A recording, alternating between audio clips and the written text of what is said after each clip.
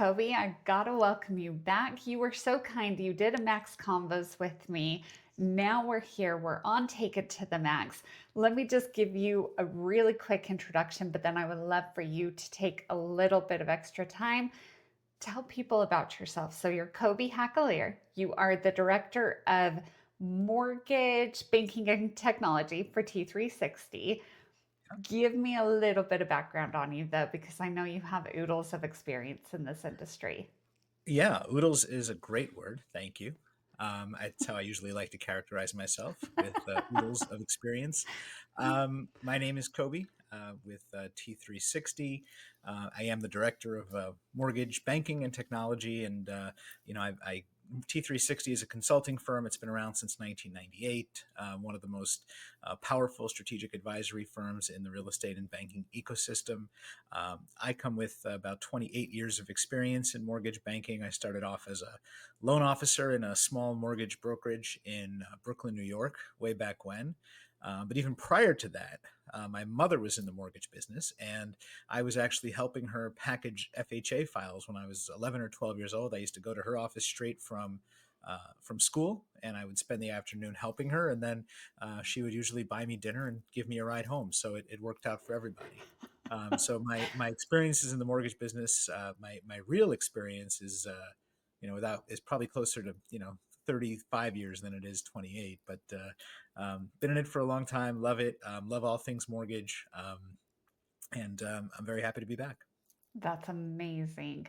I mean, to say that you have seen it all, I feel like a little bit does an injustice because you've genuinely gone through all of the cycles over the last 30 years and having it in your home dynamic really just kind of cements it in your bones. So you really have lived your life in this industry. I don't think there's anyone better than that I can ask for looking ahead at the years to come. Let's take 2025, but then let's even go a little more broad. What are we looking at? Like, what do you think the biggest challenges, the biggest opportunities are going to be for MLOs in our current climate? Yeah. So, well, great question. Thank you. And, I think for MLOs coming into this year, right? If you're an MLO in 2025, and you're not brand new, it's not your first day. What that means is that you survived 2023 and 2024, and you decided to come back for yet another grand season of where's my pipeline.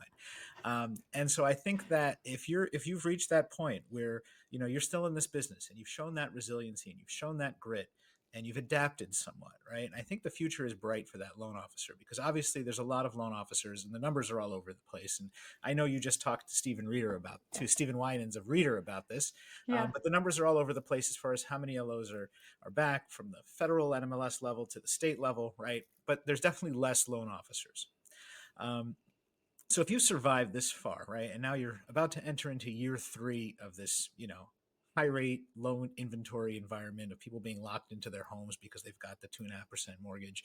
I think the future is bright for you because it means you've done the right things to survive. Now, are you having the best time of your life? Probably not.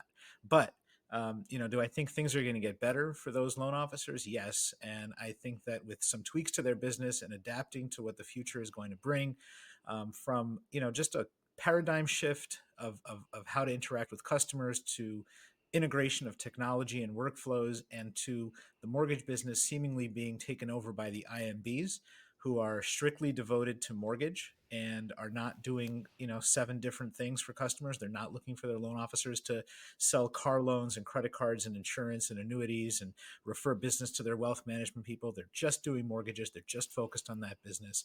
I think it's a great time to be a loan officer, and I see a lot of bright spots for our industry, despite all the issues that we're seeing. And I haven't even mentioned who knows what's going to be happening with the CFPB in the next 12 months to 4 years during this current administration. That's a big, big question mark. We also have the probability that Fannie and Freddie will be taken out of conservatorship. We have different ways of interacting with consumers on the horizon from a compliance standpoint, trigger leads, TCPA, you name it. And then as you have all these technologies coming into play, right? how do they interact with the current compliance and regulatory environment? How do they interact and integrate with the current tech stack that your company has? And so I think there's a lot of challenges and a lot of things to deal with. But what I love is that there's a lot of challenges and a lot of things to deal with, right? Because that means that we're still a vibrant and talked about industry. We're still probably the biggest industry in the United States, if you think about it, in terms of the amount of dollars that move and the amount of people that we impact, probably the biggest.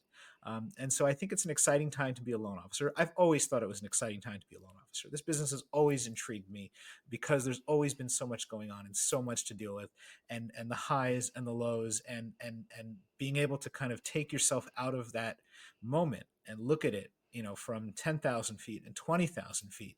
I think that's the perspective you need to kind of stay balanced, to figure out where can I make small changes in my business and in my daily activities to stay relevant, to stay ahead of my competition. So that's a very long answer I just gave you. I hope it. I don't even know how to start unpacking that answer because I feel like every single point you gave, we could make a full podcast just about each and every one of those points.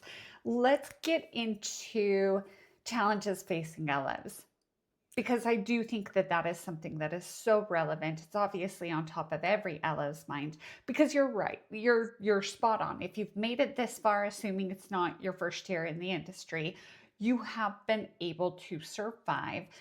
Maybe you haven't been thriving, but you've been surviving. And I know for some, there have been plenty of people who have had fantastic years finding those opportunities. But it is a tough time.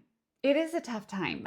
You use the phrase of now I'm forgetting exactly what it was, of basically being stuck in your mortgage because you have a 2% rate, right? Locked People in. are staying, The locked yeah, in factor, yeah. yes, yes, locked in. I like to go with married. You're married to your mortgage, right? You don't want to leave it. It's just too good.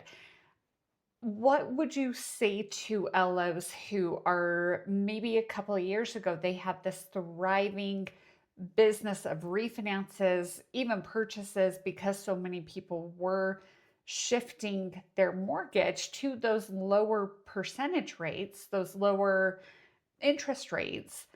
How would you tell them to go about approaching those same people that maybe were in their pipeline a couple of years ago to present opportunities to them of things to reconsider at this point to kind of re-engage their business? Any tips, Yeah. any tricks there? I mean, if I'm talking to buyers who have been on the fence for the last 2 years, and there's plenty of those, Hmm. what I'm showing them is, hey, rates may be at 7%, right? I think that's the current 30-year fixed rate today, which, by the way, was the interest rate when I first got into the business back in 1997. Rates were at 7.25%. Nobody seemed to mind. Yeah. And the only reason that I think we're seeing some of the hesitation now, well, I think there's a couple of reasons. I think in those 28 years, I think the wage increases have not followed the same way that the home prices have, right? So I think it's more expensive for people to buy a home today. That 7% looms a little larger. But I think there is some psychology to the fact as well that if we have 7% rates now, when 2 years ago they were at 3%, three and a quarter, I think that has a psychological impact. And the media does a terrific job of reminding people almost every day how high interest rates are. I mean, just today I saw three different stories about how homeowners are apprehensive about getting into the market when rates are above 7, as if 6.875 is some magic number that allows you to go and make an offer on a home. But if I'm a loan officer and I've got people in my pipeline that are fence sitters and have been fence sitters for the last 2 years, my conversation with them is going to be centered around logic. What have you poured into some landlord's pocket in the last 24 months? How much money have you spent in rent, right? Let's say the average rent somewhere $1,500, right? Is that $18,000 a year if my math is correct on the fly? So I like 30 that math. you've spent $36,000 on rent in the last 2 years. If you had bought something 2 years ago and gotten a mortgage at even 7.5%, what would that payment have looked like versus what you paid in rent? And how much more now are you going to actually pay for that house than you would have paid 2 years ago? Because one of the things that I saw that surprised me, and I did a short little LinkedIn post about this a couple of weeks ago, was how at the end of 2024 we saw the highest prices that homes had been for 30 years and about the worst purchase market that had been at about the same time. So, which is completely counterintuitive that at the time when the lowest amount of buyers were in the market, the prices were equally and opposite as great. And so the whole supply and demand for mortgage, those rules have seemingly gone out the window. So that's the conversation I would be having, one steeped in logic and saying, hey, you may be wanting to sit this out, you may be wanting rates to be at 5, but they may not get there for another 2 years, and that's another $36,000 or more, because that rent's going to go up, that you could be spending. So let's think about creative ways that we could get you into a home. Let's look at down payment assistance programs. Let's look at looking at a home that that's maybe newer and doesn't have all the bells and whistles you want, but still has a higher percentage for growth, so you can get in there for the next 5 years and move on to something else. I would be looking at those kind of creative solutions, but the overarching theme would be I would be keeping in touch with those folks and making sure that I was developing a connection and educating them and answering their questions and making them feel more comfortable with the market with every conversation I had with them, to be guiding them and leading them. For the folks that are seemingly locked in, or as you said, married to their mortgage, the conversations I would have with them are, especially the ones, there are a lot of baby boomers that are in their homes that are wanting to downsize, but they're in a home that's at a 3% mortgage, and they're seeing the home prices go up. And so what they're seeing is, all right, I've got this super low interest rate on my mortgage. Do I really want to exchange that when my home price is still going up and up and up, and then go into something that's going to be super expensive for me on the other side? And so the conversation with them again is, hey, you can sell for a really high amount right now. You can get into something that's also going to appreciate, but that may make a little more sense for you financially. And again, you may get into that at 6.5 or 7%, but you can always refinance that in the long term. Are you making a better financial decision for yourself if you're living in a $200,000 home that is more suited to you because you're empty nesters, versus a $600,000 home that's costing you an arm and a leg to heat every winter? And so I think those conversations are, similarly themed in terms of you're talking about educating people and actually diving into the numbers with them, as opposed to letting their education come from the first 3 lines of a news story that they probably read 3 weeks ago. Yeah, I know. I love that. I do think affordability is such a huge issue, and you touched on how wages have not been keeping up with the rate in which home prices are increasing. I worry too about the potential tariffs that could be coming into play. I mean, if that adds another 25% to the cost of wood that we're shipping in from Canada, naturally that's just going to adjust our affordability even further. I don't know what my bit of advice would be for people looking at buying a home right now, other than maybe it is best to do it now for these risk factors that could be coming down the pike. It might be a better option than what you think it is. Any thoughts on that? Any? Yeah, I think that if you're talking about, there's risks that we know and there's risks that we don't know, right? So certainly the risks, both in terms of where interest rates might go, because again, they might go up further from where they are. So that's a risk, right? And they might go up for the exact reasons you said they did, right? We may have geopolitical factors that are influencing rates. Inflation may be still super high. And if inflation stays super high, then the Fed is going to continue to raise rates, and that's going to make money expensive for everybody. But there's also risks we don't know. So if you were talking to somebody in January, February of 2020, and you were trying to tell them that you think rates are going to stay around 6% for the remainder of the year, and you didn't know that a pandemic was about to hit a month later that was going to drop rates into the floor, those are things that people can't predict. So my message would be, hey, you've got to look at the risks that are out there, and you've got to look at the risks that you also can't see. And then if you try to take that longer, broader view, then you know that buying a home traditionally is a good investment. And it may be a stretch to be able to do it now, but it's still a better bet than renting. Look, my dad bought our house when I was, I think, 3 or 4 years old in Brooklyn, New York. And at the time, interest rates were 18%. Wow. And the only way that he could afford a home was by taking a private mortgage from the seller. And I think that private mortgage was at 12%, which is still, nobody would buy that today, right? But for my Yeah. dad, it was, a big deal. It was a third less than what the rates were in the market. So, it was quite a bit of money saved. And so he got our family into that house, and he wound up selling that house, I think, in the early 2000s for about 7 or 8 times what he paid for it. New York real Oh, estate, right? right. And so, if my dad had sat on the fence right, waiting for interest rates to come down, he would have spent a whole lot more money on rent. My mom would have probably not been very happy living in our little, 2-bedroom apartment in Bensonhurst. Um, my sister would have come along and then made things even more tight in the house.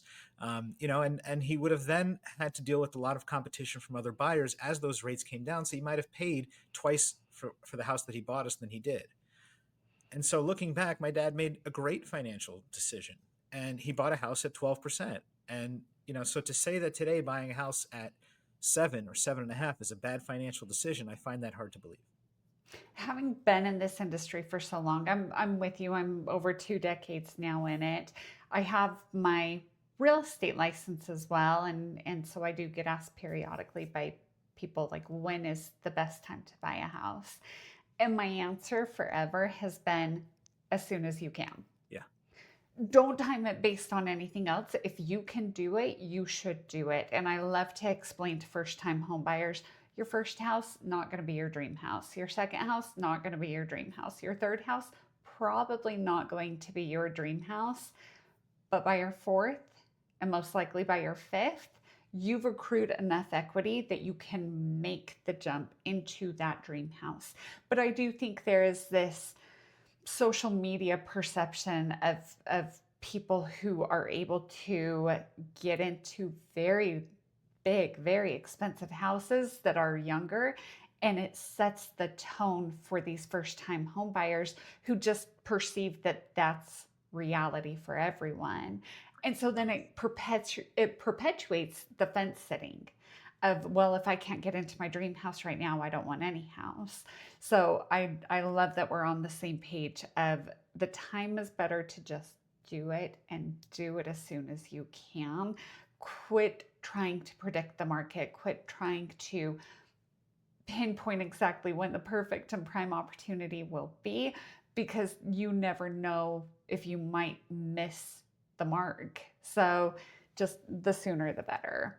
Yeah. Um, Now, go ahead. well, I was going to say, I'll tell you the same thing I tell my 10-year-old: don't believe anything you see on social media. Um, Amen. but, Isn't that the truth? we do have an affordability problem in this country. We do have, um, you know, the latest statistic was that in 1975, the average age of a homeowner, first time buyer, was 27 years old, I think, which makes sense. My dad was probably exactly that age when he bought our first home in 1981. When they last ran this scenario and tried to figure out what the average age was, it turned out to be close to 40, 38 years old. And so that's 50 years from 1975 to 2025. And in those 50 years, we've managed to get worse at preparing people to buy a home and making it affordable for people to buy a home. That shouldn't be the case. There is something inherently wrong with a market that goes the other way, where home ownership and achieving that dream is such a part of the American fabric and the American culture, and we've made it more elusive as opposed to more attainable. There is something inherently wrong, and I attribute most of that to wage stagnation and the fact that we, are not doing a good enough job of educating people financially, our younger generation, of how to enter into the market, how to buy a home. And sad to say, they are probably getting more information from social media than they are from reliable sources, and that's an opportunity for loan officers to engage that community faster at an earlier rate, and to kind of give them that education, that guidance that they need. And we simply need to be doing a better job of that. On the flip side, one of the issues we have in the mortgage industry of doing that is the fact that we're not hiring younger people. And Mm. so the age gap between the average loan officer and the average person who potentially could be in the market is widening as well. And I believe there's a direct correlation between the average age of that homeowner and the average age of that loan officer. And I think as the average age of the loan officer goes up, the average age of the homeowner is going up, because there is that gap in education, because there's that gap from a generation standpoint. So there's a lot of young loan officers in the business. We need to do a much better job as an industry of getting more in. That is a really fascinating point. I had not considered that, and I'm coming at this from a place of education. I've been in the education sector for 13 years now, of helping LOs renew their licenses, getting them to obtain their license. And you're right, I had never linked those two points of data together. That is fascinating. I love that you brought up your 10-year-old, because I have an 11-year-old, And one thing that I've done with her is I've shifted what was initially set as her university fund or even her wedding fund, where I'm like, I'm no longer calling it either of those things. It is her first time house down payment fund That's great. because I know she can put herself through university, or at least she damn well better. Like, girl, get out there, go get those scholarships. Weddings for me, I'm like, you again, God bless the people who must have huge extravagant weddings. I think my wedding cost $5,000 It's more than and it enough. was exactly what I wanted. It was perfect. It was Yeah. exactly what I wanted, right? Very small, don't get me wrong, very, very small. But I would much rather set her up for long-term success by helping her get into her first house because I was so young when I bought my first house, and the way that I have been able to spend that through the purchase of a couple of additional homes, I've seen the way that it's changed my life. I've seen the way that it is setting her up for a different future. I want to be able to share that with as many people as possible and to influence her in that space. So it sounds like you have very similar conversations with your child, and I Yeah. appreciate that from again from that generational wealth perspective. I think that is something that more families need to put a little more focus on.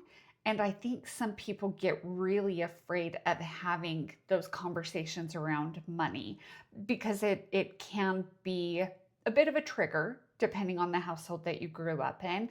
I didn't grow up in a money friendly, money conscious family. Everything surrounding money growing up had a negative connotation applied to it.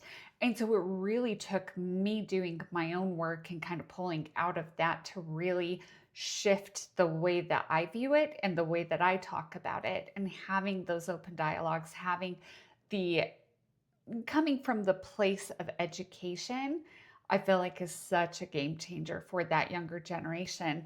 I actually had a call yesterday with a kid that I met at a networking event. I shouldn't say a kid, he's 21. He's a kid that called me and was like, "Hey, I would love to talk to you more about your business. I'm in my university right now. I have it. I want to say, I think he said he has his life insurance license, something along those lines, one of the licenses." And we had this really sweet bonding moment of how young I was when I broke into the mortgage and real estate industry. I was 21 when I was a marketing rep for a title company, and the challenges that I had to overcome of being such a young professional and trying to prove my worth when being so young. And at the end of it, my advice to him was just you can't hide the fact that you're young, but what you can do is become an expert in what you're talking about. And my advice would Mm. apply to LOs right now in the same fashion of regardless of how long you have been in this industry for, you're probably not going to be able to hide that based on your experience. But if you can really become an educational expert, you're going to set yourself apart a lot faster. And particularly if you're able to speak to the younger demographic, get yourself out there, get on social media, make sure that you're utilizing some of these other technologies in order to make that happen. I know a place for you that is, important, and we, being in this industry, we all need to utilize it more. The fintechs out there, what kind of fintech uh, apps, advantages, what have you seen that could help LOs right now with their business? Yeah. Well, I mean, all good points, LaDonna. I mean, that's just a lot of there was a lot going through my head listening to you. I We can closed back it my up if you want to yeah. I mean, take it back. if your daughter's anything like mine, by the way, she's probably ready to move into her own place now, I'm assuming. Um, I think my 10-year-old, if anything, she feels like she doesn't have enough freedom and is probably ready to like buy her own place and have some roommates. I think she would love it. But I closed my first loan. I was 20 years old. And I had barely made a rent payment on my own at that point, let alone a mortgage payment. And so, here I am, 20 years old, not knowing really what I was talking about. For the most part, I was learning from whoever I could, and I had some really good mentors in my very early days.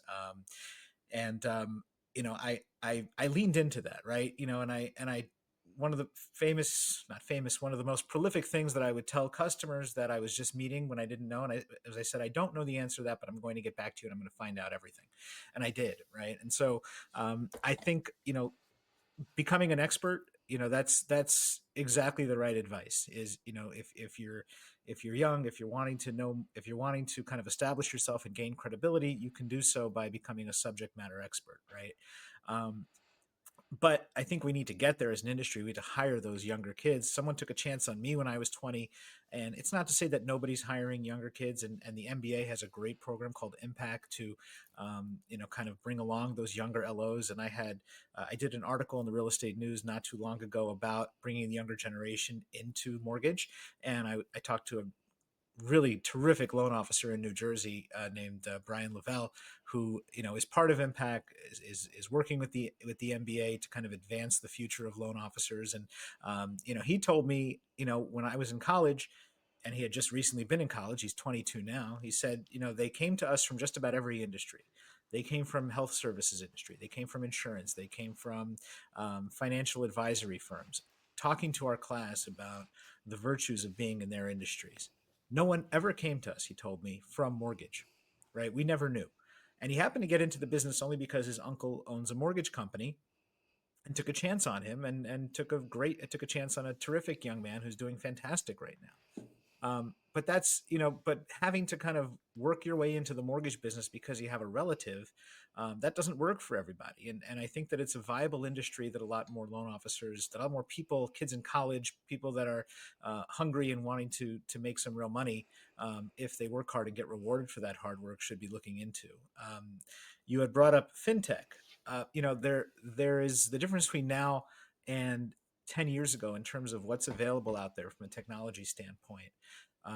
We were 10 years ago, even when I was leading loan officers at, let's see, where was I 10 years ago? Leading loan officers was a mid-sized IMB in the suburbs of Chicago, and I had two big, robust offices of loan officers that were barely getting used to emailing clients, and that was 10 years ago. Or having clients email them documents.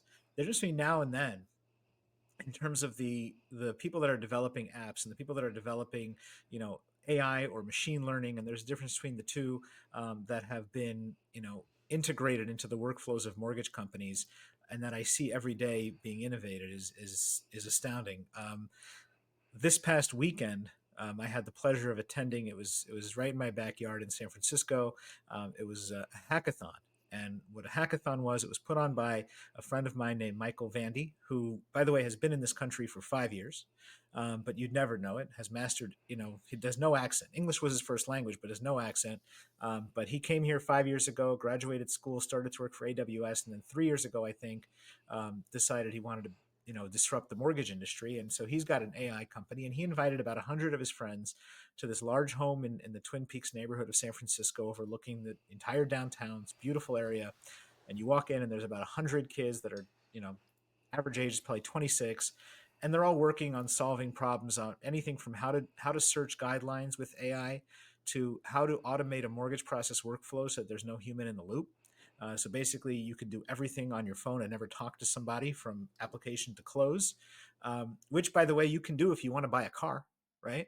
So if Right. you can do that if you want to buy a car, why can't you do it if you want to buy a house? Because the house is always going to be there, right? It's not like you can drive off with the house, and so it's actually a more secure and less risky proposition than a car is for the finance company. So they're working on those problems now. Not all of that innovation is ready yet for loan officers, but there's plenty. I know companies that are working on smart CRMs.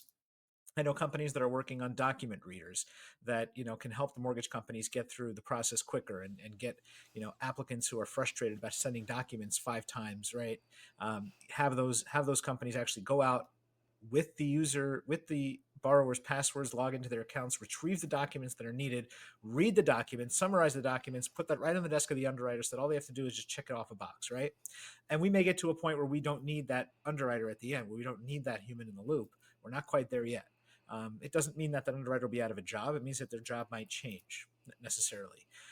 So I think there's so much happening right now, and we're in such an age of transformation. The biggest challenges that these technology companies have from going further, faster, sooner, is the fact that we're the most heavily, we're the biggest industry. We're also the most heavily complianced Mm. industry in the world, or in this country at least. I can't speak for the world.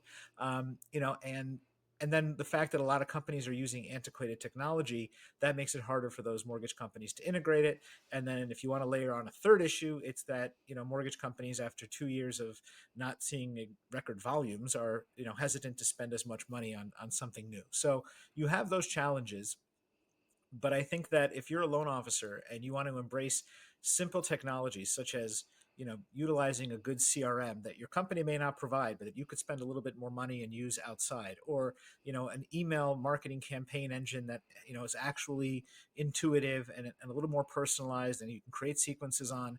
There's a lot there you can do on your own. But the biggest message I would give loan officers is rely on the technology as much as you can to automate tasks and be more efficient.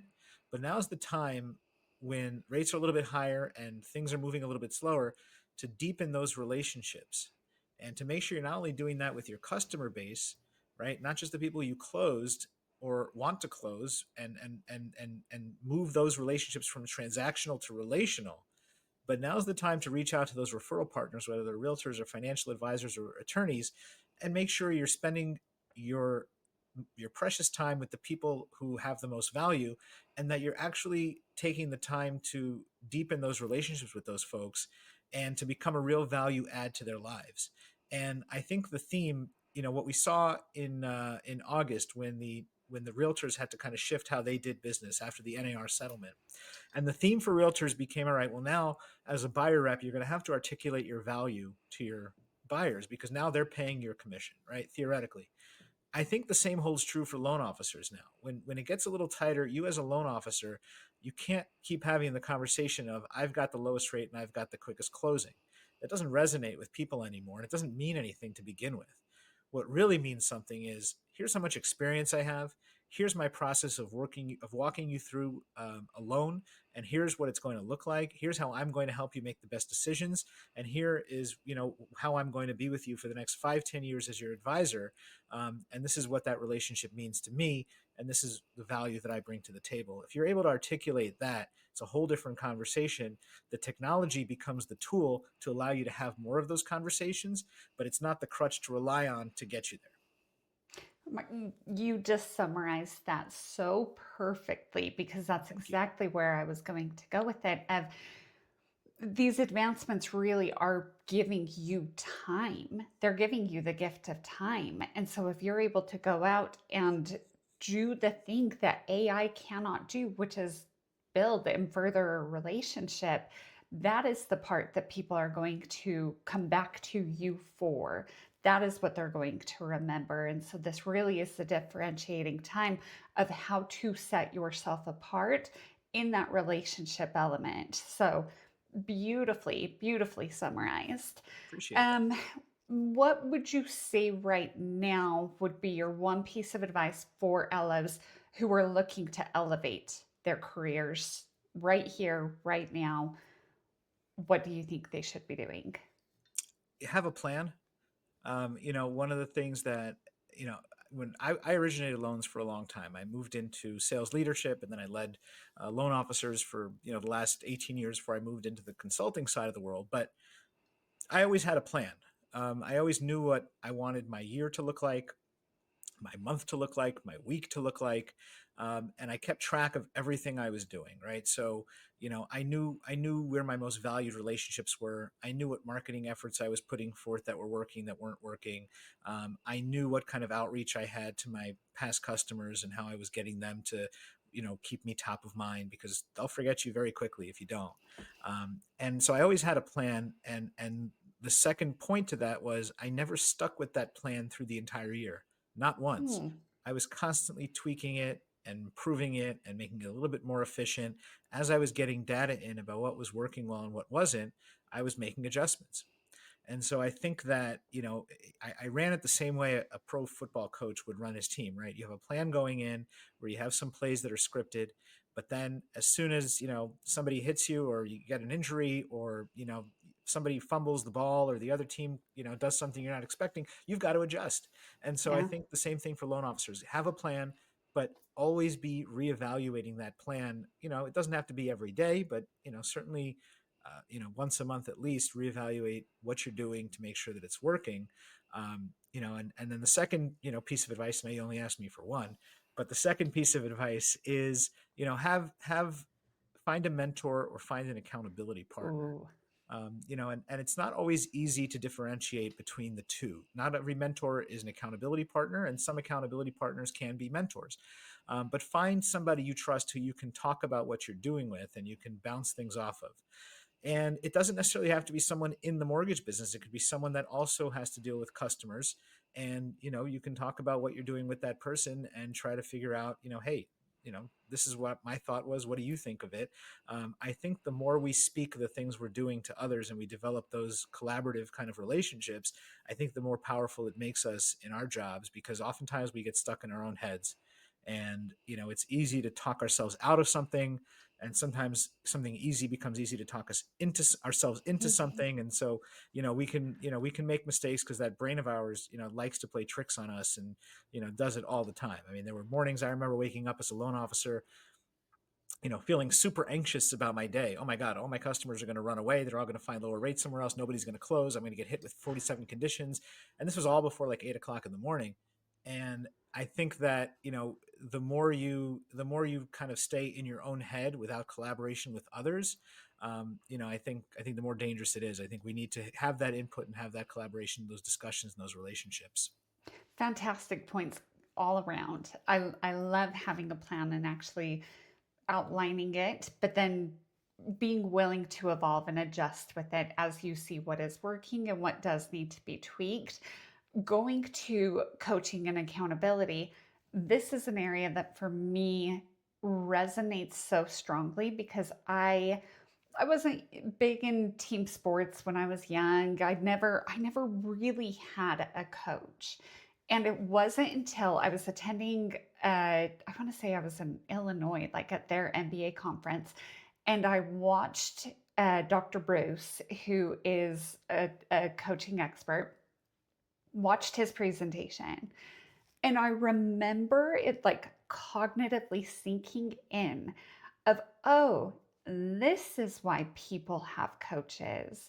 There are things that they are able to point out and help you refine that you don't even know are missing. You don't even know are lacking until you have someone who has that designation to really point it out to you. I think everyone could benefit from having a great coach and a great therapist, but that's a conversation for another time. Yeah, So, love that point. Accountability buddies, like, what a fantastic thing. I actually have a VP of another company that he and I do accountability calls once a week together. that's great. We don't work in the same industry, but our sectors cross, right? And we understand the unique challenges posed to both of us. So it's not necessarily there to be a coaching call, right? It's not him telling me, hey, this is how you should be doing things. It's more so, this is what I'm doing. Here's the results that I'm seeing. Where should I be pushing myself harder? Give me a different perspective on this. And we're able to just hold each other accountable for those things. So I love both of those points. Talk about just perfect prime right for right now. So Yeah. thank you for that. Thank you for You're welcome. that. You mentioned leadership and your experience there. I just have to tie this in because I just learned this about you. You're a volunteer firefighter? Yeah, I sure am. That is so cool. That is so cool. Thank you. Thank you for taking that on and for doing that. What would you say is kind of a carryover from your firefighting to what you do now and how you present and go about your leadership style?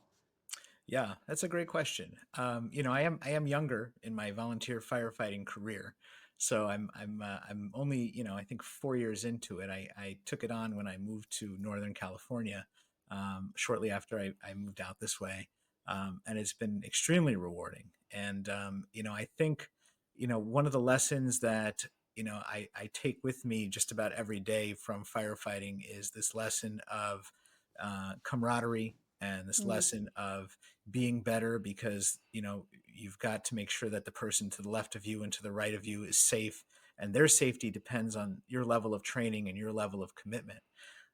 And so I think from a leadership perspective, right, you've got responsibility, which are your reports. These are people that look to you for guidance. They look to you for inspiration. Sometimes they look to you for motivation. And you have this responsibility to care for those people that are in your, on your team. Whether it's 5 loan officers or a region of 500 loan officers. And so one of the things I've always take very seriously in my firefighting career is my training, because I want to make sure that if push comes to shove, that the guy behind me, the guy in front of me, the guy to the left and the right of me can rely on me, because it may be my training that determines whether or not they live or die in a situation. And thankfully, we don't get into too many of those, but that is a reality. And so I think taking that responsibility seriously as a leader in mortgage, or in any industry you're in, but understanding that people are going to have decisions that you're going to influence, and they're going to come to you for guidance, and being sure that you're prepared for that moment, with all of the knowledge and all of the guidance and all of your experience, and taking those interactions very seriously, because the influence you have in guiding someone's career the right way or the wrong way is enormous. And so I think that's probably the biggest lesson that I've learned, or that I've kind of taken from firefighting into leadership in mortgage. amazing. Kobe, you have been such a cool guest. You have been Thank you. so cool to just get to know. I'm so glad that we connected. We connected on LinkedIn, and you have been beyond gracious with your time and your interactions. And I'm so thankful and so appreciative of that. Is there, I mean, I feel like we really kind of ran through everything. Is there anything else that you want to touch on? Any other highlights? Yeah, just one last thing, because I was a loan officer, and loan officers will always be near and dear to my heart.